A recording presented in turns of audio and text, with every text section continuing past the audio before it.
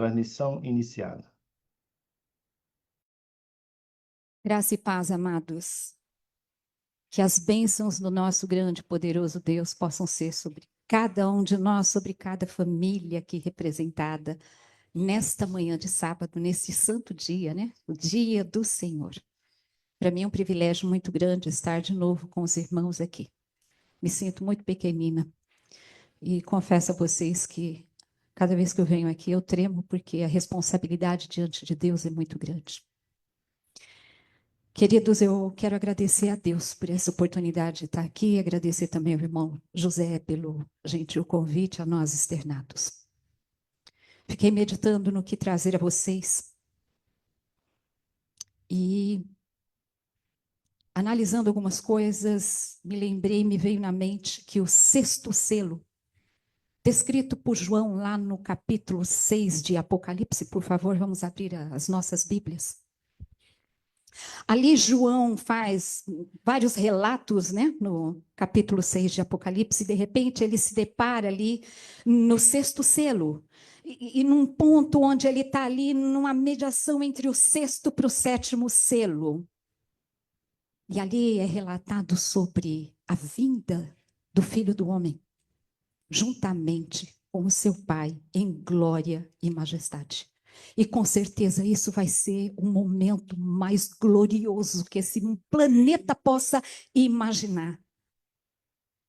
Mas também vai ser um momento de horror profundo. Porque se de um lado nós vamos ver pessoas alegres, louvando e glorificando ao Deus eterno, do outro lado, nós vamos ver pessoas gritando e pedindo para que os montes e rochedos caiam sobre as suas cabeças, para esconder da face daquele que está sentado no trono e também do Cordeiro. Isso está descrito aqui no capítulo 6, não é invenção minha. Mas o capítulo 6 de Apocalipse termina, e aqui está o título do nosso sermão, que o título é Quem Poderá Subsistir? Eu quero ler o que está escrito exatamente no versículo 17, que é o último versículo, que diz assim: porque chegou o grande dia da ira deles, e quem é que pode suster-se? Algumas traduções dizem assim: quem poderá subsistir? E quem poderá subsistir? Veja, o meu objetivo aqui não é olhar para a condição dos ímpios. Não estou aqui para falar desse grande dia da ira de Deus. Talvez num outro momento eu quero me ater a esse questionamento que eu achei importante, fundamental, feito por João aqui, que é exatamente esta pergunta: quem poderá subsistir? E ao analisar, a gente escrevendo ali o livro de Apocalipse, a gente consegue perceber algumas características que João usa para escrever este livro. E ele faz determinadas menções, e aí em determinados pontos ele abre parênteses para trazer uma informação importante. Aí ele fez essa pergunta aqui no capítulo 6, versículo 17, ele encerra o capítulo com esta pergunta, que na verdade, quando ele escreveu, não tinha capítulo, não tinha versículo, não tinha nada disso. Era uma carta inteira. E na sequência, no capítulo 7, ele começa a responder a própria pergunta feita por ele. E é aqui que eu quero ler com você. Esse é o nosso objetivo. Então, capítulo 7, a partir do versículo 1, diz assim, ó: depois disso, vi 4 anjos em pé nos 4 cantos da terra, conservando seguros os 4 ventos da terra, para que nenhum vento soprasse sobre a terra, nem sobre o mar, nem sobre árvore alguma. Vi outro anjo que subia do nascente do sol, tendo o selo do Deus vivo, e clamou com grande voz aos 4 anjos, aqueles aos quais fora dado fazer dano à terra e ao mar, dizendo: não danifiqueis nem a terra, nem o mar, nem as árvores, até selarmos na fronte os servos do Deus Altíssimo. Então eu ouvi o número dos que foram selados, que era 144.000 de todas as tribos dos filhos de Israel.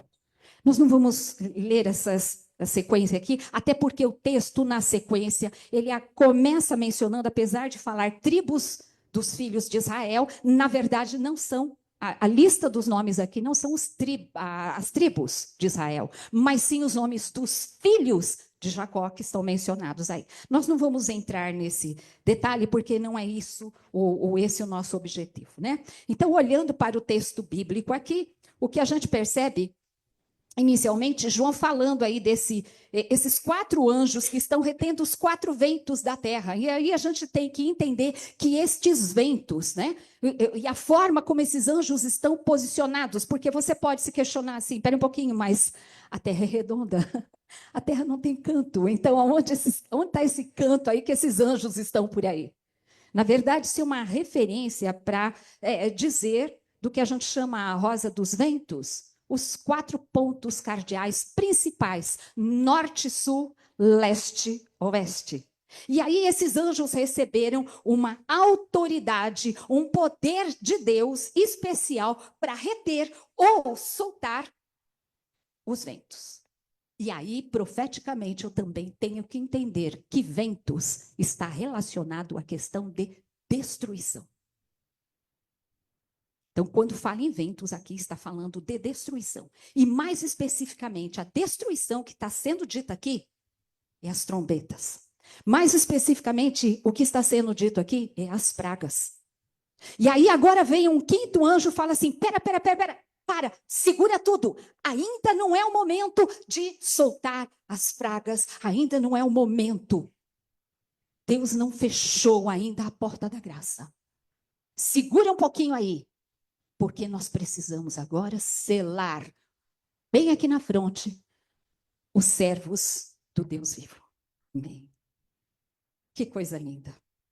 Mais do que isso, ali tem um texto falando que não é para soltar aqueles ventos, para não destruir a terra, ou seja, o planeta, não é para destruir mar, e mar em profecia você sabe que significa povo, nações, línguas, enfim. Está lá em Apocalipse 17:15, não é? Nós temos essa condição, e ele fala também sobre árvore alguma. E no contexto bíblico, árvore significa ser humano. Tem vários textos bíblicos, Isaías fala sobre isso, Daniel 4 fala sobre isso, e outros tantos versos bíblicos nos trazem a informação de que árvore é uma representação tipológica do ser humano. E esses ventos, então, estão sendo seguros aí por esses 4 anjos, porque não chegou o momento.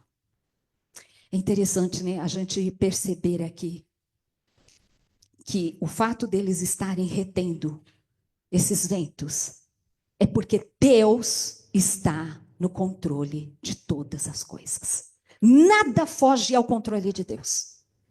Esses anjos só vão soltar esses ventos da destruição quando vier a ordem lá direto do trono do Eterno.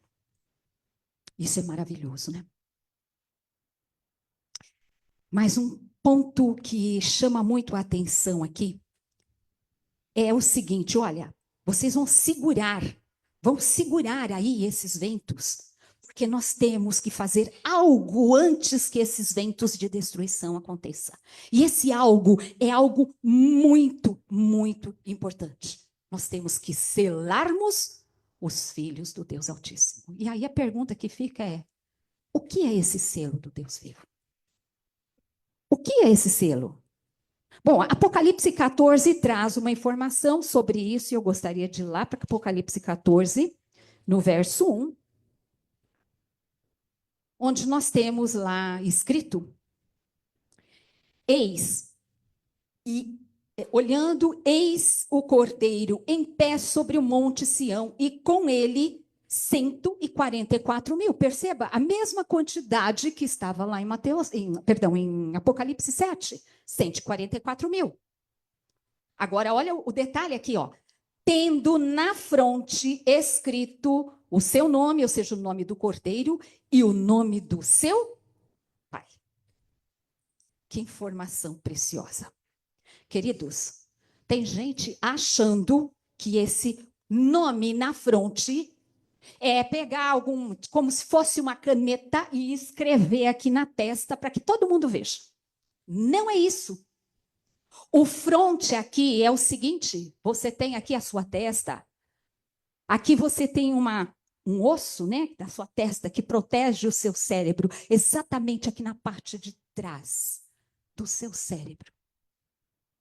Você tem uma parte do seu cérebro responsável pelos seus pensamentos, por suas decisões, por tudo aquilo que você é e que você faz como ser humano. É esse ponto que está exatamente aqui, a parte de trás. E quando se fala em selar, é exatamente isso. É aqui na parte de dentro, não é na parte de fora. É colocar aqui na parte de dentro, não na parte de fora. E quando fala colocar o nome de Deus, sabe o que significa? Significa o caráter de Deus impresso na sua mente, na minha mente. Glórias a Deus. Os santos, nesse momento, eles sabem, eles entendem perfeitamente quem é o Deus único e verdadeiro a quem eles adoram. Eles têm um relacionamento íntimo com esse Deus de forma profunda, assim como Jesus teve esse relacionamento. Jesus dizia assim como eu ouço, ele ouvia o Espírito de Deus falando com ele. Assim como eu ouço, isso é o que eu falo. E assim os santos servos de Deus vão ser selados, vão ter esse privilégio. O mais interessante é que esse selamento estava profetizado. Mais de 700 anos antes, Jeremias já tinha falado desse selamento, lá no capítulo 31, o verso 33. Eu vou ler aqui, fala assim, ó, porque esta é a aliança que firmarei com a casa de Israel. Lembrando que Israel é um termo espiritual, está falando dos filhos de Deus. Depois daqueles dias, diz o Senhor, em letras garrafais, em outras palavras, Yud-He, Vav-He, Yahvé, o Pai, na mente deles, dos servos, lhes imprimirei as minhas leis e também no coração lhes escreverei. Eu serei o seu Deus e eles serão o meu. Glórias a Deus. Eu quero ser parte deste povo e ter a minha mente selada pelo Senhor. É tão tremendo que o apóstolo Paulo faz uma menção a respeito desse verso, lá em Hebreus, no capítulo 10. O próprio Paulo fala assim: esta é a aliança que eu farei com eles depois daqueles dias. Lembrando esse verso. Diz o Senhor, o Paulo falando. Eu porei no seu coração as minhas leis e sobre a sua mente as escreverei. Que coisa linda, meus amados. Ou seja, nós vamos ter uma compreensão plena do significado. Não é só lei, ler a lei. Ah, não, eu sigo a lei. Não. Você vai viver ela de uma forma tão plena que você não vai mais pecar. Esse é o selamento de Deus. E sabe por que isso vai acontecer? Sabe por que essa lei vai ser colocada na mente? Você quer saber o significado disso? Isso é porque houve um julgamento. E nesse julgamento, Jesus foi lá e falou para o Pai: eu morri por este daqui. O sangue dele não vai contar. O que vai contar é o meu sangue. Estou aqui. E aí Deus vai falar assim: então tá bom, justificado. Sela lá a mente deste servo. Porque ele foi encontrado como uma pessoa santa diante de mim. É o caráter de Deus sendo colocado na sua vida, na minha vida. É ter essa compreensão plena. Ter o nome de Deus inclui exatamente isso, meus queridos. É compreender esta justiça, esse amor. É você ter alcançado a estatura de Cristo, como diz Paulo. Por isso o selo dele recebe o nome dele. Porque nós receberemos por imputação a justiça de Cristo. Nós somos justificados plenamente diante do tribunal através da obra intercessora de Cristo Jesus. Isso é tremendo. Quando a gente volta lá em Apocalipse 7, a partir do verso 9, João ainda ali respondendo, ele abre um parênteses ali, falou dos 144 mil, mas ele ainda está respondendo a pergunta que ele mesmo fez, tá? Ele está lá respondendo. E ele fala assim, ó, depois destas coisas, depois de ser selado esse povo, vi, e eis grande multidão, que ninguém podia enumerar, de todas as nações, tribos, povos e línguas, e todos esses estavam em pé diante do trono, diante do Cordeiro, e vestido de vestiduras brancas e com palmas nas suas mãos. E eles clamavam em grande voz, dizendo: ao nosso Deus, que se assenta no trono, e ao Cordeiro pertence a salvação.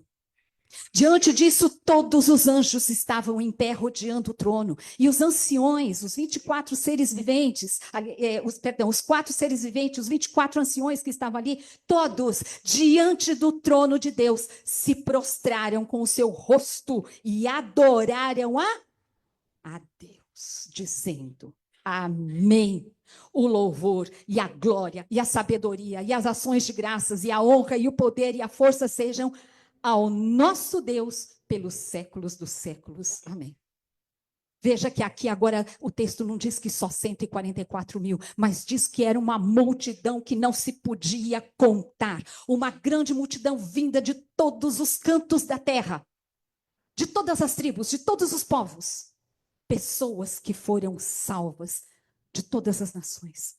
Pessoas que amaram, que viveram por adorar ao único e exclusivo Deus, aquele que está acima de todas as coisas, buscando sempre viver em primeiro lugar para o reino de Deus. Esses amaram a Deus acima de todas as coisas. O texto diz que estas pessoas foram compradas pelo sangue de Cristo Jesus, o Cordeiro. E eles tiveram as suas roupas, a sua roupa de justiça lavada no sangue do Cordeiro, de tal forma que eles estavam de branco puríssimo. Queridos, que coisa linda! Símbolo da justiça de Cristo. O imaculado Cordeiro de Deus. Por isso as suas roupas estavam mais alvas do que a neve. Que coisa linda, é tremendo isso. Mais do que isso, o texto ainda diz assim, ó, todos os salvos estavam com alguma coisa na mão, eles tinham palmas, que significam a vitória, a salvação obtida. É uma representação de um momento de alegria, do reconhecimento de que Deus, ele é soberano, ele é o único Deus, e também da obra redentora feita através do seu Filho Jesus, o Rei sobre os reis da terra. Uma inumerável multidão, diz o texto, com palmas nas mãos. E aí, neste momento, em um só coro, não só essa multidão, mas todos aqueles seres que já estavam ali, os 24 anciões, os 4 seres viventes que ficam ao redor do trono de Deus, juntamente com todos os anjos. Diante daquele momento, eles se prostram ali para louvar, engrandecer e exaltar ao único Deus. E eu quero fazer uma pergunta aqui. Aqueles salvos todos que estavam ali, juntamente com aqueles anjos, 24 anciões, quantos seres eles estavam vendo ali? No trono, por exemplo.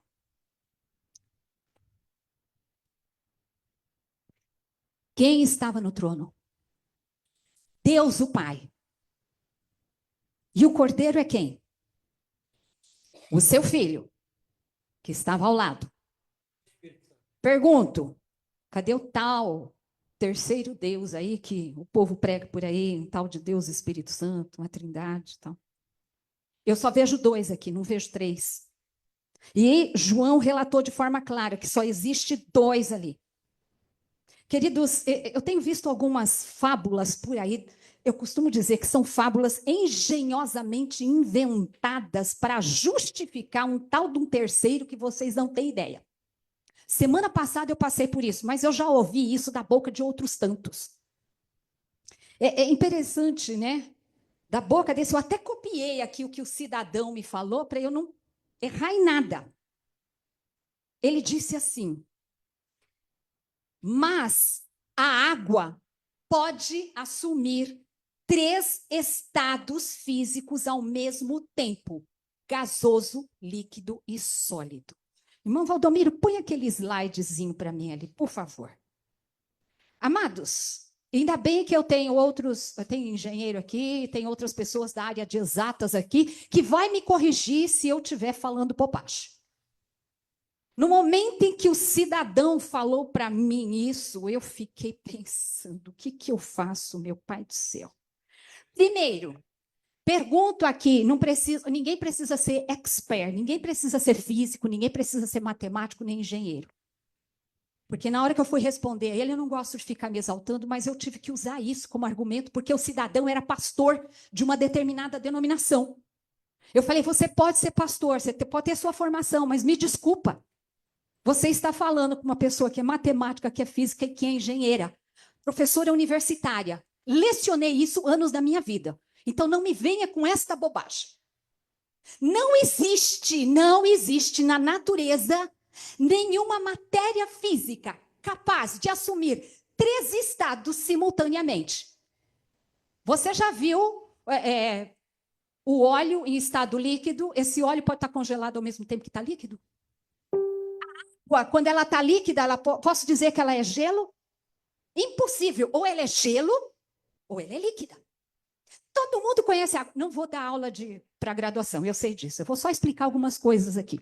Isso daqui é uma molécula de água. Chama H2O. Por quê? Porque eu tenho 2 átomos de hidrogênio, que é o menor átomo que existe na natureza. Todo mundo estudou isso lá no ensino médio, então eu vou falar coisa básica. E um átomo de oxigênio. Devido à forma como eles são, eles acabam se unindo e formando o que a gente chama H2O. Eles fazem uma união ali, fazem um bem bolado e com isso eles se completam. Agora, vira para mim o slide, irmão Valdomiro, por favor. Você vai pegar água num copo, você acha que lá dentro do seu copo tem uma única molécula de água? Não.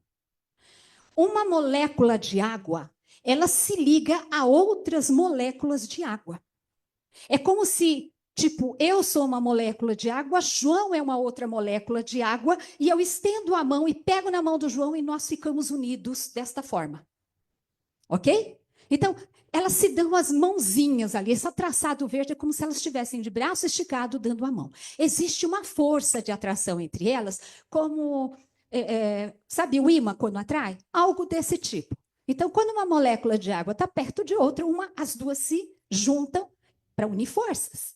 E aí aparece uma terceira, junta também, e assim vai indo. Então, forma esse tipo aqui de formação que você está vendo aí. Perfeito? Então, ela se une. Vira para mim o próximo slide. Então, eu estou lá no copo de água. Amados, quando eu penso no copo de água, veja, cada molécula dessa é microscópica. Então, eu tenho milhões, talvez bilhões de moléculas unidas umas às outras lá dentro desse copo de água. Ok? São bilhões, não é uma. Vira para mim, por favor, Paulo. Então, eu até fiz um esquemazinho aqui para a gente poder entender. Eu coloquei a panela no fogo, coloquei água lá, tá? E vou esquentar a água. O que acontece? Cada molécula em si, de qualquer material, ela tem propriedades que a gente chama de propriedades físico-químicas. Por exemplo, uma das propriedades que a água tem é que se ela está num ambiente aqui, ela procura manter a temperatura do ambiente. Isso é uma propriedade natural dela. Coloco a água no fogo, agora ela começa a ganhar aquela caloria que vem da panela e ela começa a trocar, a gente fala trocar temperatura ali com a panela. E ela vai chegando a um equilíbrio de temperatura da panela. Por isso ela vai se esquentando. Ok? Só que quando eu coloco fogo ali, o que é que acontece? Elas começam a se agitar. Elas ficam que nem criança, pulando. E cada vez que eu dou mais calor ali, elas vão ficando mais agitadas. Quando você faz ginástica, você não fica... Estou com calor? Porque você põe essas moléculas do teu corpo para se movimentar. Então, você sente calor. É o que acontece com a água. Elas começam a pular, elas começam a se agitar. E sabe o que acontece quando eu estou pulando e o João aqui, que é a outra molécula que está do meu lado, está pulando também? O que acontece de repente quando a gente está pulando? Esquenta tanto e naquele pular, a minha mão escapa da mão dele. Ou seja, rompe o que a gente chama de ponte de hidrogênio. Esse verdinho seria a ponte de ligação que é feita pelos hidrogênios. Elas se rompem. Se ela se rompe, eu até coloquei aqui uma molécula A e uma molécula B. Imagina a molécula B lá dentro, né, junto com a molécula A, rompeu. Chegou numa determinada temperatura, aquela molécula B rompeu. O que ela faz? Ela se desprende da panela e agora ela passa pelo processo, deixando de evaporação, naturalmente, deixando de ser líquido, passando para o estado gasoso. Você pôs a panela no fogo, começou a ferver, toda a água imediatamente evapora? É assim que funciona? Não. E gradativamente vai ocorrendo essa mudança de temperatura. Então não é assim. Agora, veja, a molécula B se desprendeu, virou gasoso, mas a molécula A, que está lá dentro da panela, permanece no estado de água, líquido. O mesmo acontece quando eu pego isso e coloco na geladeira, no congelador. Você vai fazer gelo, você põe lá, chega um momento, atingiu lá 0 graus. Bom, agora você vê, começa a formar aquela película lá. Se você cutucar o gelo no início, você vai perceber que lá dentro, no meio, tem água ainda, que não virou gelo, porque está em processo. Então, é impossível a pessoa querer que isso seja algo instantâneo. Não, a molécula de água assumiu os 3 estados da matéria ao mesmo tempo. Mentira! Impossível, não existe na natureza nenhuma matéria que assume os 3 estados físicos simultaneamente. E aí eu tive que explicar isso para esse cidadão, sabe? Eu sei que tem mais slide, aí a gente já vai continuar, irmão Valdomiro. Eu tive que explicar isso para esse cidadão. Eu falei, por favor, não venha falar esse tipo de coisa para mim, porque você está falando besteira para mim. E você querer comparar o seu tal Deus Trindade igual à água, isso para mim é muito insano. Demonstra que você é uma pessoa, clara, que não tem conhecimento. Você ouviu de alguém falando essa bobagem no púlpito da igreja, achou bonito e está copiando e propagando essa mentira por aí. Isso só pode vir de uma mente completamente imbecilizada. Gente, o detalhe é o seguinte. Passei a minha água para o estado gasoso. Se eu armazenar esta água, que está agora em estado gasoso, e continuar aumentando a temperatura dela, sabe o que acontece? Vira para mim o slide, por favor. Ela vira plasma. Você já ouviu falar em plasma? Pois é. É o 4º estado da matéria. Mais do que isso. E plasma é algo tão conhecido, né, que quando a gente olha, por exemplo, na natureza, nós temos isso de várias formas. Por exemplo, a aurora boreal. É uma descarga que vem do Sol, que ao atingir a atmosfera terrestre, ele se propaga naquelas formas bonitas, né, de luzes que a gente vê ali, formando então a aurora boreal. Isso é plasma. Mais do que isso. Naturalmente que eu vou falar aqui é algo que a gente consegue fazer isso em laboratório. Se eu pegar uma pedra de gelo e agora for resfriando essa pedra ainda mais, ela já está congelada, e eu vou abaixando a temperatura, abaixando, até ultrapassar menos 273 graus Celsius. Vira para mim, irmão Valdomiro, por favor, o slide. Você chega nesta condição da matéria.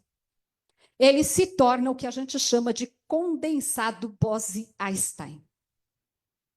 É uma coisa que não meio que disforme. Portanto, a água tem 5 estados da matéria, não são 3.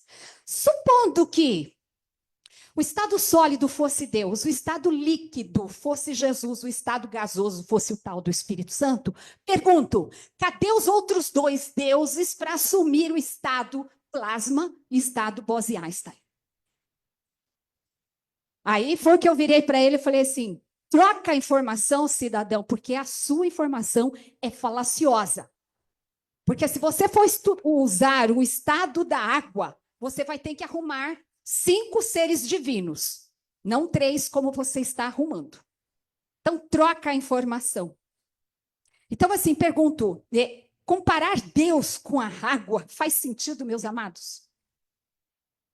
Então, eu tô passando, pode fechar, viu, Valdomiro? Eu fiz isso aqui, passei essa informação para você, porque eu sei que você já ouviu isso por aí. Se você não lembrar do nome Bose-Einstein, mas com certeza do plasma você vai lembrar, porque é algo comum que todo mundo tem, até TV de plasma em casa. Então, quando alguém vier com essa historinha de que não, é Deus Trindade, porque a água é que nem a água, sólido, líquido, gasoso, fala, amigo, você gorou, né? Fugiu da escola, né? Vai estudar um pouquinho mais, porque a água tem 5 estados da matéria. Você já ouviu falar em plasma? Pois é, a água vira plasma. Você sabia disso? Então, cadê o seu quarto Deus, o plasma aí? Onde é que fica? E pior que está cheio de pastorzinhos com mente alienada por aí, usando esse tipo de argumentação falaciosa para enganar as pessoas simples, aquelas que não tiveram oportunidade de estudar. É muito triste isso. Voltando aqui para o nosso texto bíblico. É claro que os santos ali estão vendo apenas 2 seres. O Deus Todo-Poderoso sentado no trono. E ao seu lado está ali o seu filho Jesus, identificado como o Cordeiro. É tremendo isso. Queridos, João passa a relatar alguns detalhes aqui a respeito do que vai acontecer com os ímpios. E lá no capítulo 15, antes dele relatar as pragas, ele novamente retoma esse assunto do capítulo 7. E eu quero ir lá para o capítulo 15 agora, ler com vocês o que ele escreve lá, porque é tremendo.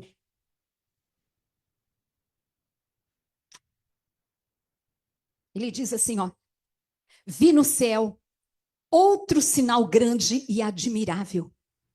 7 anjos tendo então os 7 últimos flagelos, pois com este se consumou a cólera de Deus. Isso daqui, veja que ele vai falar dos flagelos, só que agora ele abre um parênteses. Veja aqui o verso 2. Eu vi como um mar de vidro mesclado de fogo, e os vencedores da besta e da sua imagem, do número do seu nome, que se achavam em pé no mar de vidro, tendo harpas de Deus, e entoavam o cântico de Moisés, o servo do Deus, e o cântico do Cordeiro, dizendo: grandes e admiráveis são as tuas obras, Senhor Deus Todo-Poderoso. Justo e verdadeiro são os teus caminhos, ó Rei das nações. Quem não temerá e não glorificará o teu nome, ó Senhor? Pois só tu és santo. Por isso todas as nações virão e adorarão diante de ti, porque os teus atos de justiça se fizeram manifestos. Veja, João aqui, agora ali, vendo aquele povo diante do trono de Deus. Quem é esse povo? Aqui ele fala que são aqueles que foram vitoriosos da besta, a besta do dragão, lá do capítulo 13, que perseguiu ferrenhamente estes santos servos de Deus. Muitos foram brutalmente assassinados por esse sistema religioso. Mas esses santos, eles amaram muito mais ao Deus eterno e a redenção provida por ele através do seu filho Jesus, que eles não tiveram problemas de dar as suas próprias vidas, porque eles jamais abriram mão de defender a verdade diante do mundo. Eles não temeram. E não são poucos. Foram muitos os que deram as suas vidas por amor a Deus e a Jesus. Aqui no texto eu vejo que João vê uma multidão que parecia como um mar de vidro. Imagina aqueles servos que a gente viu ali no capítulo 7, lá também falando, todos vestidos de linho branquíssimo, finíssimo, parecia formar um mar, porque era uma multidão de pessoas incontáveis. Branquinho, parecia um mar, água cristalina e transparente, falando desses santos servos de Deus, que cena gloriosa. E eles estavam em pé, diante do trono de Deus.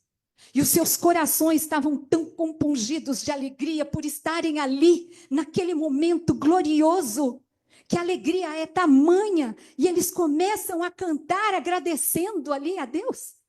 E o texto diz aqui que eles tinham harpas nas mãos. Sabe o que é isso? O pessoal acha que vai ter harpa, né? Não é isso, gente, não é harpa. Eles passaram por uma transformação. As suas vozes eram tão melodiosas e tão lindas que ali se tinha um verdadeiro coral cantando de forma mais bonita que você possa imaginar. Você já viu um coral cantando lindamente? Imagina algo melhor do que isso. Perfeitamente afinado, com as vozes mais melodiosas que você possa imaginar, para exaltar o Criador do universo. Se você não tem dom de cantar, lá você vai virar the best, o melhor cantor.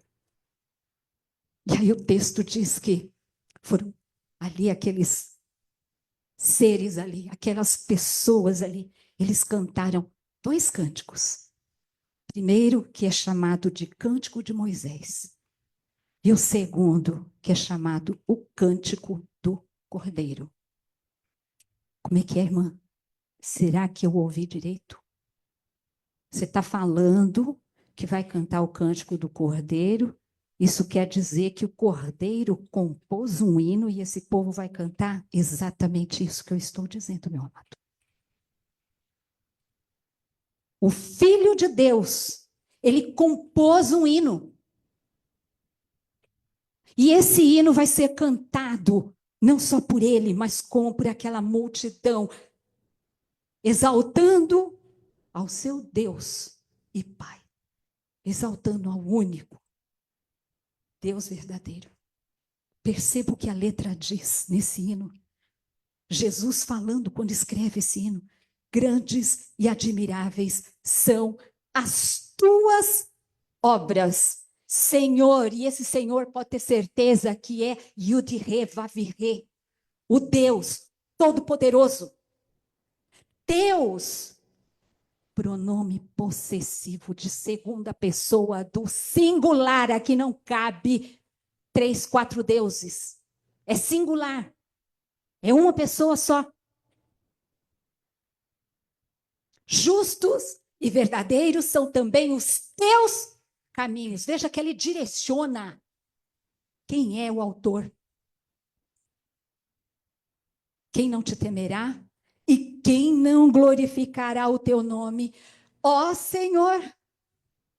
Senhor, meu Pai, sabendo que você é o único todo-poderoso, quem não vai ter coragem de te exaltar, de te louvar, de te engrandecer, porque só o Senhor é Deus.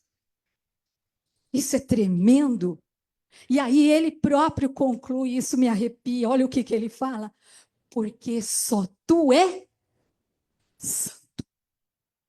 E quando ele fala em santo aqui, ele está falando santo na condição mais suprema possível.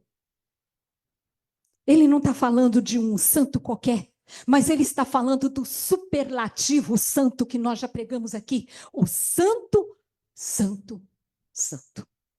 O Deus Todo-Poderoso. É tremendo.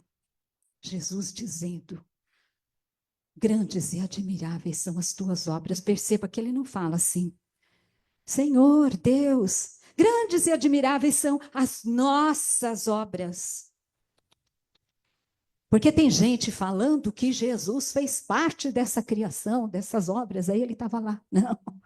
O próprio Jesus aqui está admitindo que elas são do Pai, de Deus.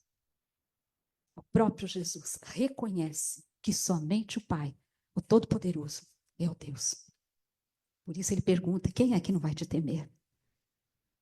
Veja, esse é um cântico de exaltação exclusiva a Deus, o Pai. Isso é tremendo.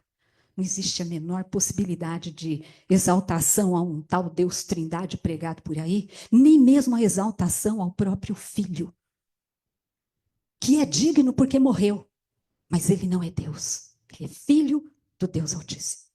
E aí, para completar, para fechar aqui o texto, ele pega um texto de Davi, que está lá em Salmos 86, versículo 9, ele fala o seguinte, devido, Pai, à sua santidade, devido à tua santidade, todos vão vir e vão se prostrar diante de ti, porque o Senhor é o único verdadeiro Deus e porque a sua justiça foi manifesta a todos os povos. Isso é incrivelmente maravilhoso.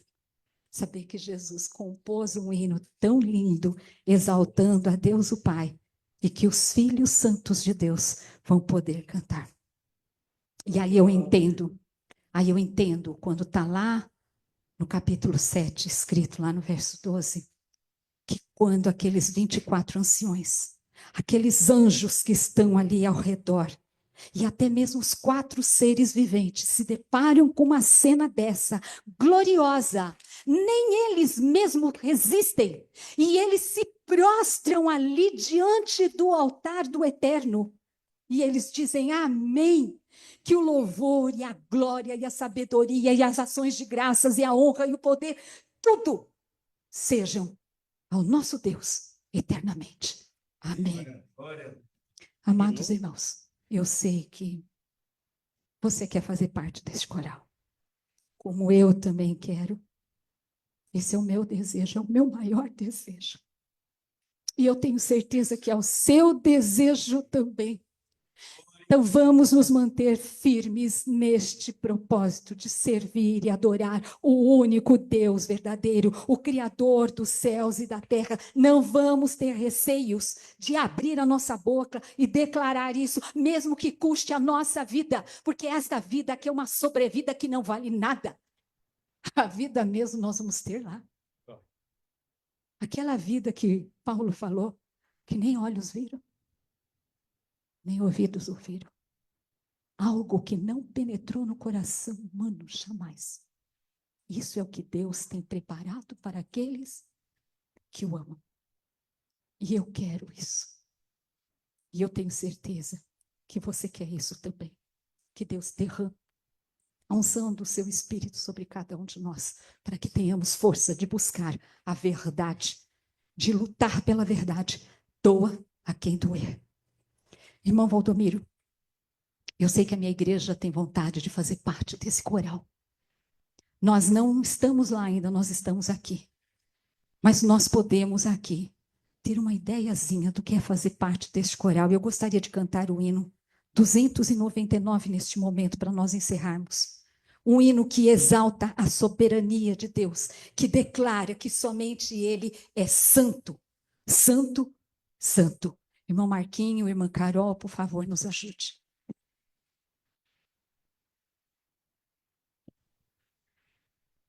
Ó Senhor Deus grande e poderoso, único Criador dos céus e da terra, de tudo que aqui há, Senhor.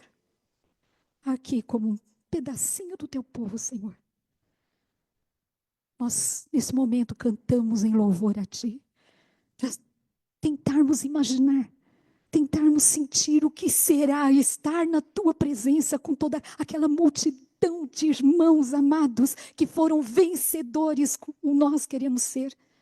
Aqueles que vão estar diante do teu trono, Senhor, naquele dia, para louvar, para engrandecer, para exaltar o teu santo e bendito nome, Senhor, porque o Senhor é o único digno de toda honra, toda glória e todo o nosso louvor. Ah, Senhor, que o teu Santo Espírito possa tocar cada um de nós. Senhor, nós queremos muito em breve recebermos este selo do Deus vivo para podermos ser habilitados a fazermos parte deste grupo seleto que vai estar diante de ti, Senhor. Por favor, Senhor, nos ajude. Nos ajude na nossa caminhada aqui neste mundo. Muitas vezes o inimigo tem se levantado contra nós de uma forma ardilosa para tentar nos destruir, mas permita-nos, Senhor, que nós mantenhamos-nos firmes no nosso propósito, sem medo, Senhor. Se necessário for de dar as nossas vidas, mas nos mantermos firmes na verdade, porque nós queremos alcançar a tua salvação. Pai querido, que a tua mão possa cobrir a cada um dos nossos amados irmãos aqui agora, a cada um dos que nos ouvem pela internet, que eles possam sentir o poder da tua mão curadora, da tua mão que abençoa, da tua mão que cuida. Por favor, Senhor, usa-nos de forma poderosa para o teu amor, para o teu evangelho, para aquilo que o Senhor deseja de cada um de nós. Que possamos sair daqui hoje com o nosso coração cheio do teu poder e da unção do teu Santo Espírito, na certeza, Senhor, de que o Senhor está conosco, está guiando as nossas vidas. Nada nós merecemos, Senhor, mas tudo que nós te pedimos o fazemos pelos méritos de Cristo Jesus, que verteu seu sangue na cruz do Calvário por todos nós. E é em nome dele que nós pedimos. Amém.